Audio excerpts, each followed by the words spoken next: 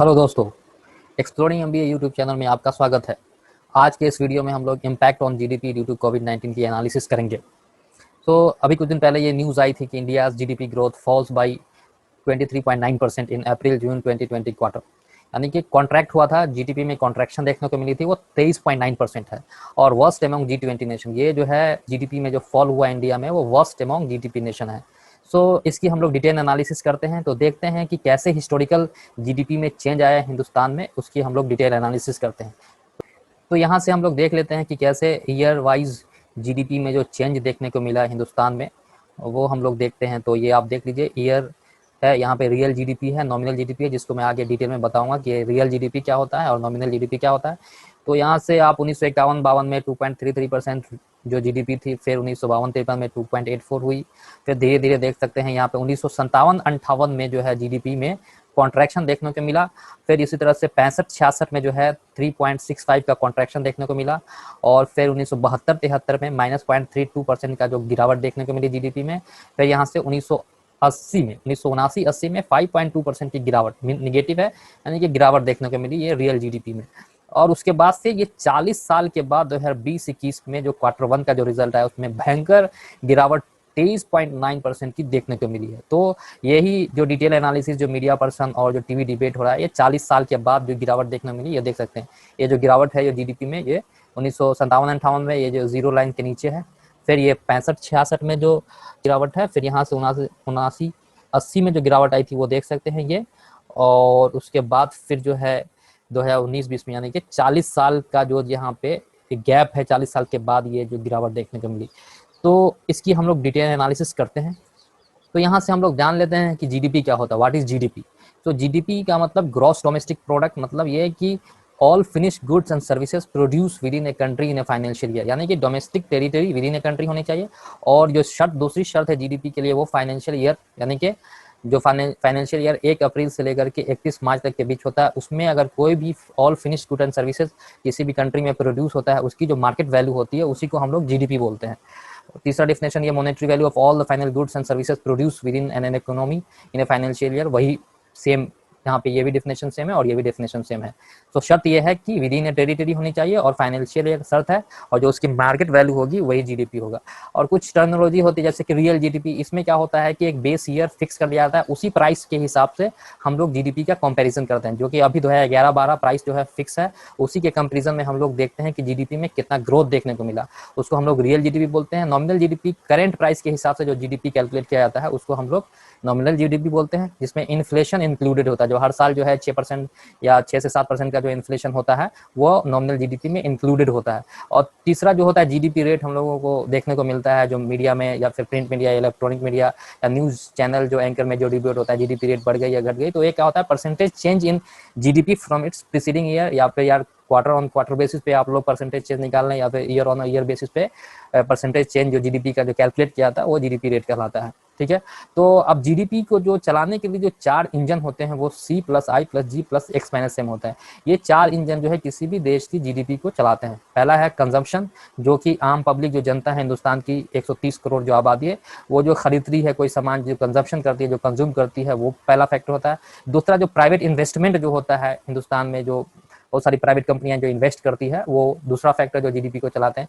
तीसरा है ये गवर्नमेंट स्पेंडिंग, गवर्नमेंट जो खर्च करती है हिंदुस्तान में बहुत सारी चीज़ों को खरीदने में, तो वो जो है स्पेंडिंग जो होती है, वो तीसरा फैक्टर। और चौथा जो फैक्टर होता है वो एक्सपोर्ट माइनस इंपोर्ट, यानी कि जो सामान बाहर भेजा जाता है और उसके बाद उसका डिफरेंस इंपोर्ट, उसको कैलकुलेट करके जो है हम लोग, ये 4 फैक्टर जो होता है जो जीडीपी को चलाता है। तो हम यहाँ से एक और कॉन्सेप्ट समझ लेते हैं, ग्रॉस वैल्यू एडेड, जीवीए जिसको बोलते हैं। तो ये हुआ ये था कि 2015 में United nation system of national accounts, SNA जो होता है 2008, उसको जो है गवर्नमेंट ऑफ इंडिया ने फॉलो किया, और उसके बाद से ग्रॉस वैल्यू एडेड जो है ना जीडीपी को कैलकुलेट करने के लिए निकाला जाता है। तो जो ग्रॉस वैल्यू एडेड वो होता है GDP plus subsidies on product minus taxes on product, जिसको हम लोग ग्रॉस वैल्यू एडेड बोलते हैं। अगर यहाँ से एक और हम यहाँ से ये समझ लेते हैं कि it provide the rupee value for the number of goods and services produce in an economy after deducting the cost of inputs and raw material. Cost of inputs और जो रॉ मटेरियल का जो कॉस्ट होता है, उसको deduct करके जो जो वैल्यू निकाली जाती है किसी भी प्रोडक्ट की, उसको हम लोग जीवीए बोलते हैं, ग्रॉस वैल्यू एडेड। तो यहाँ से आप www.ministry of statistics and program implementation की जो वेबसाइट है, उस पर जाकर के जो डिटेल जो रिपोर्ट आई थी जीडीपी की, वहाँ से आप डाउनलोड करके उसका आप एनालिसिस कर सकते हैं। वहीं से मैंने ये रिपोर्ट ली है और वहाँ से मैं एनालिसिस करूँगा। तो ये देख लें, ये जो GVA है, gross value added quarterly estimate जो हुआ है वो Q1 अप्रैल जून का, वो इस तरह से है, आप देख सकते हैं।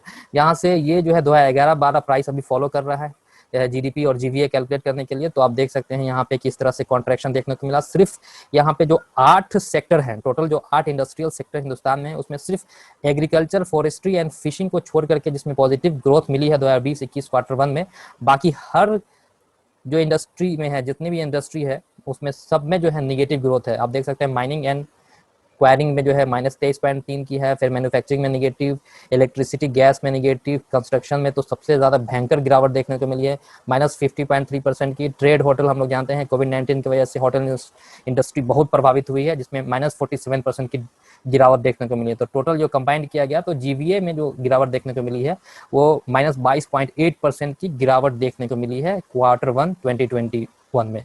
उसी तरह से आप देख सकते हैं कि ये कैसे कैलकुलेट किया गया। तो ये 43 लाख करोड़ जो था, जो इनकम थी एग्रीकल्चर सेक्टर में, वो घटकर ये बढ़ करके 45 करोड़ हो गई। इसलिए ये पॉजिटिव चेंज देखने को मिला। परसेंटेज चेंज हम लोग बहुत आसानी से final minus initial divided by initial into 100 कर करके ये जो है परसेंटेज चेंज क्वार्टरली आप क्वार्टर ऑन क्वार्टर बेसिस पे निकाला गया। ये 2020-21 का है।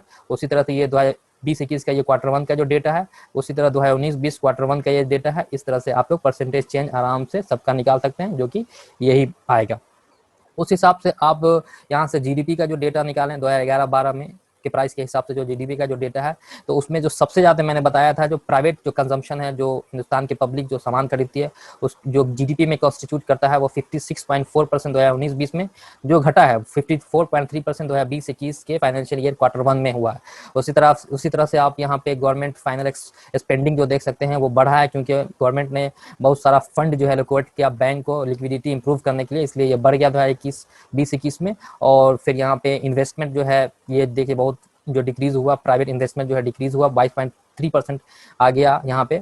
और यहाँ से आप एक्सपोर्ट देख सकते हैं, इंपोर्ट सकते हैं। ये टोटल कॉन्स्टिट्यूट जो जीडीपी को करता है वो 100% के हिसाब से आप ये बहुत आसानी से इसको समझ सकते हैं। तो जो 2019-20 में 35 लाख करोड़ जो थी वैल्यू, जीडीपी की जो वैल्यू थी हिंदुस्तान की, 2019-20 Q1 में जो जीडीपी की जो वैल्यू 35 लाख करोड़ थी, जो घट करके 2020-21 Q1 में आप देख सकते हैं 26 लाख करोड़ पे आ गई। तो ये कॉन्ट्रैक्शन आप बहुत आसानी से कैलकुलेट कर सकते हैं। ये 23.9% का जीडीपी में गिरावट देखने को मिली। ये आप 2011-12 प्राइस, जिसको हम लोग रियल जीडीपी भी बोलते हैं। अब अगर हम नॉमिनल जीडीपी की बात करते हैं तो यहाँ पे नॉमिनल जीवीए देख लगते हैं, उस हिसाब से ये 20.6 की गिरावट देखने को मिली। और इस तरह से हर सेक्टर में जो है, सिर्फ आप एग्रीकल्चर सेक्टर को छोड़ दे तो हर सेक्टर में माइनिंग, मैन्युफैक्चरिंग, इलेक्ट्रिसिटी, कंस्ट्रक्शन, हर सेक्टर में गिरावट है। और ये जो है नॉमिनल जीडीपी जो करंट प्राइस के हिसाब से देखा जाता है। और ये जो नॉमिनल जीडीपी यहाँ पे ये जो कैलकुलेट किया गया, जिसमें -22.6% की गिरावट देखने को मिली है। और यहाँ से आप जो है प्राइवेट कंजप्शन, गवर्नमेंट एक्सपेंडिंग, उसके बाद इन्वेस्टमेंट कितना कॉन्स्टिट्यूट करता है, उस तरह का ये ब्रेकअप दिया है। उस तरह से आप बहुत आसानी से इसको एनालाइज कर सकते हैं। अब यहाँ से अगर हम लोग कुछ इंडिकेटर की बात करते हैं तो सारा जो इंडिकेटर जो जीडीपी को जो इन्फ्लुएंस करता है वो सब नेगेटिव है। Production of coal -15%, production of crude oil -6.5%, production of cement, ये देख सकते हैं सब में गिरावट देखने को मिली है। देखिए रेलवे जो है पैसेंजर किलोमीटर, क्योंकि रेलवे बंद हो गई तो 99.5% की जो है ना गिरावट देखने को मिली है। बैंक डिपॉजिट बढ़ गया क्योंकि गवर्नमेंट ने बहुत सारा पैसा इन्फ्यूज किया बैंक में, इसलिए 9.6% आपको पॉजिटिव देखने को मिल रहा है। उसी तरफ से हर तरह से एलआईसी प्रीमियम में पॉजिटिव है, क्योंकि लोगों ने जो एलआईसी प्रीमियम भरा इसलिए ये पॉजिटिव देखने को मिला। इस तरह से हर जो भी इंडिकेटर है सब में नेगेटिव ग्रोथ ही है, आप देख सकते हैं। अगर हम कंपैरिजन करें वर्ल्ड की अदर जीडीपी का, तो यहाँ से इंडिया सबसे टॉप पे आ रहा है -23.9%। उसके बाद जो है सेकंड नंबर यूके का है, जिसकी जीडीपी Q1 में जो फॉल कर गई है 21.7%। फ्रांस की जीडीपी 18.9% फॉल की है। मैक्सिको कॉन्ट्रैक्ट हुई है 18.7%। इटली 17.7% कॉन्ट्रैक्ट हुई है। कनाडा यहाँ से देख सकते हैं। सिर्फ चाइना जो है जिसकी जीडीपी कॉन्ट्रैक्ट नहीं किया है, बल्कि इसकी जीडीपी 3.2% पॉजिटिव है। सो इस तरह से हम लोगों ने पूरे जीडीपी की एनालिसिस की। अब देख सकते हैं कि मैंने पूरा हिस्टोरिकल बताया कि किस तरह से 1951-52 से लेकर के अभी तक में कितनी बार निगेटिव ग्रोथ देखने को मिली है। फिर जीडीपी क्या होता है, ये real GDP, terminology, nominal GDP, GDP rate, GDP का फॉर्मूला मैंने बताया। फिर जीवीए क्या होता है उसके बारे में डिटेल एनालिसिस की। फिर आप ministry of statistical programme implementation website पे जा करके आप जीडीपी की जो रिपोर्ट रिलीज हुई थी उसको आप आसानी से डाउनलोड करके उसकी एनालिसिस कर सकते हैं। फिर मैंने क्वार्टरली एस्टिमेट जीवीए का बताया करंट प्राइस के हिसाब से। ये आप जो 2011-12 प्राइस के हिसाब से, फिर यहाँ पे जीडीपी 2011-12 प्राइस के हिसाब से मैंने बताया, फिर यहाँ पे जीवीए मैंने करंट प्राइस के हिसाब से बताया, और जीडीपी मैंने जो बताया जो करंट प्राइस के हिसाब से बताया। उसके बाद ये मैंने इंडिकेटर के बारे में बताया कि किस तरह से सारा इंडिकेटर जो जीडीपी को इन्फ्लुएंस करता है सब निगेटिव हुआ। और उसके बाद मैंने वर्ल्ड की अदर जीडीपी का कंपैरिजन किया हिंदुस्तान से, जो इसमें हिंदुस्तान सबसे ज़्यादा कॉन्ट्रैक्शन देखने को मिला है। तो मुझे उम्मीद है कि वीडियो आपको बहुत पसंद आया होगा। Thank you so much for watching this video.